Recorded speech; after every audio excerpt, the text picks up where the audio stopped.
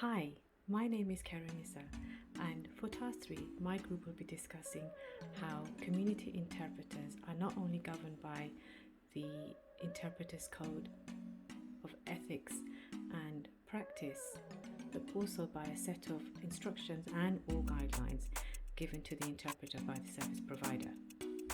These set of instructions set out how the service provider expects the community interpreter to behave both practically and the ethical standards they must adhere to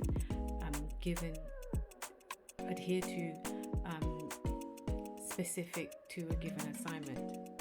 I will now ask Aisha and Shadia to discuss in some detail one aspect of this code. Thank you. Confidentiality means not sharing personal information and respecting privacy. Hi, I'm Shadia. Confidentiality is an important part of the Interpreter's Code of Ethics because we work in sensitive situations and may have access to service users' personal details, for example, looking at personal bank details or medical history or hearing about private matters. Yes, other professionals such as doctors and teachers also have a duty to maintain confidentiality. Before you start the session, you should explain to the service user that you have a duty to maintain confidentiality. That way, we establish trust between all parties.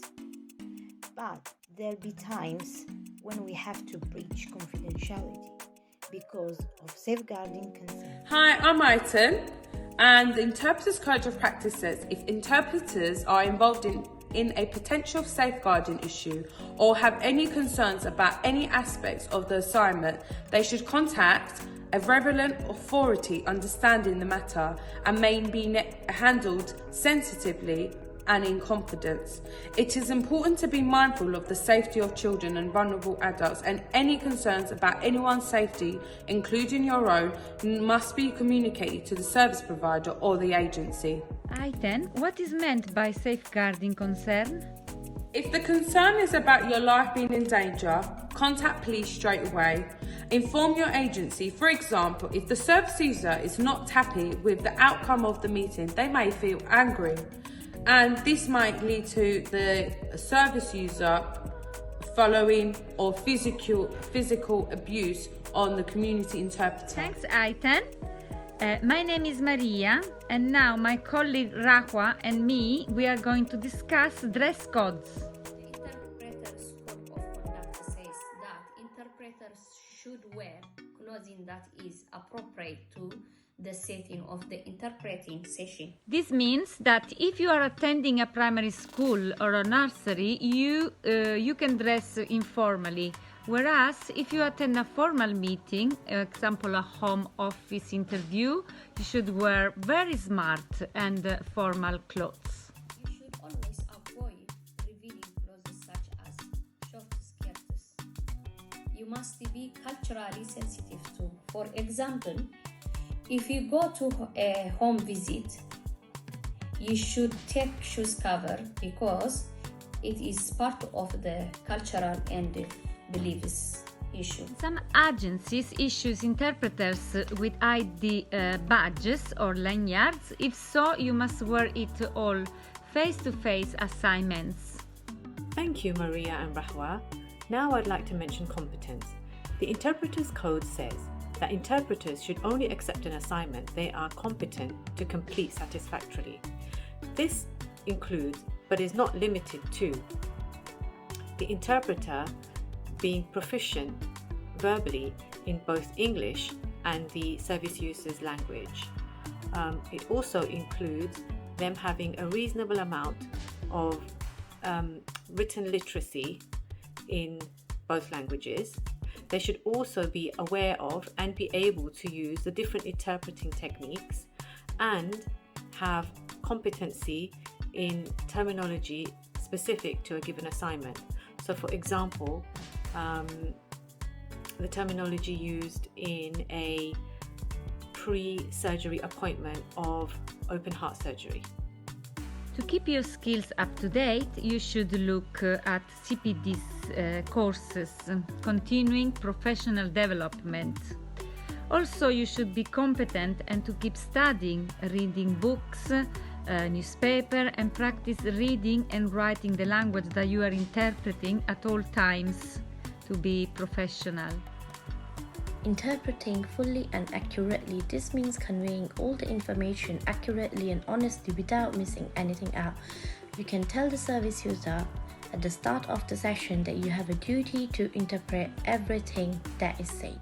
Generally speaking, interpreters should use the first person example, I feel well, rather than she said doesn't feel well. Some service providers specifically ask you to use the first person. Example, therapists, other formal meetings, often with children. If we do not interpret accurately or if we add or omit information, we cannot be impartial. And my colleague Karanisa, we discussed impartiality. All professional code says that interpreters must remain impartial. Impartiality means being neutral and unbiased. Indeed, impartiality is very important in community interpreting. For example, a community interpreter of Russian heritage is asked to interpret for somebody from Ukraine. The interpreter should not allow the current situation in Ukraine or their personal beliefs or opinions affect their interpreting, and should remain impartial at all times. Impartiality also means that we don't express our opinion about the service users' personal choices or circumstances. For example, if a woman decides to terminate a pregnancy, the community interpreter must remain impartial. It's very important to prepare properly, appropriately for an assignment. Example, make sure you know the time, date, background to the case if possible. Then you can research terminology and you can plan what you will wear, how to get to the address. Yes, Chazia, I agree that the planning the journey is important.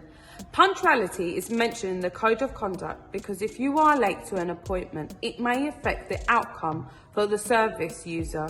For example, a teacher may only have half an hour free to speak to a parent, and if the community interpreter is arriving late, that means it limits the time for the parent and the teacher to discuss any further action. Exactly, Aitan.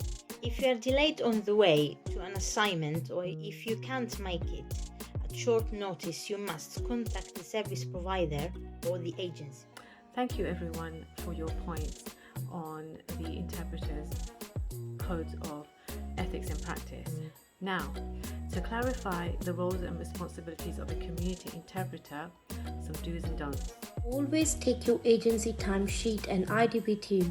Always make sure you get the timesheet signed at the end of the session. Keep your DBS up to date. Take a copy with you to the assignment if necessary. For example, when going to school, you need to show the evidence of your DBS. Do not express your opinion about the service user's personal circumstances. Be non-judgmental. Plan your journey in advance, and if you are going to a large hospital, be sure to get there extra early so that you can find the right department and clinic and not be late. If you are booked for a home visit, do not enter the family home alone. You may put yourself at risk and you will not be able to remain impartial. Notes during an assignment, always shred them or hand them to the professional because they contain confidential information. As the community interpreters, we must always abide by our code of ethics and code of conduct. It ensures that we do not cross the boundaries. All interpreting agencies have their own codes of practice, ethics, similarities, and differences. Professional codes provide a framework. Guidelines set out the roles and responsibilities of different parties as agency, service provider, and community interpreter. Professional codes relate to legislation, example, laws to protect children, health and safety legislation, anti-discrimination laws, ensuring that interpreters carry out their work in a professional capacity and provide a reliable service. Thanks for listening, and thanks to all the students who contributed in this video.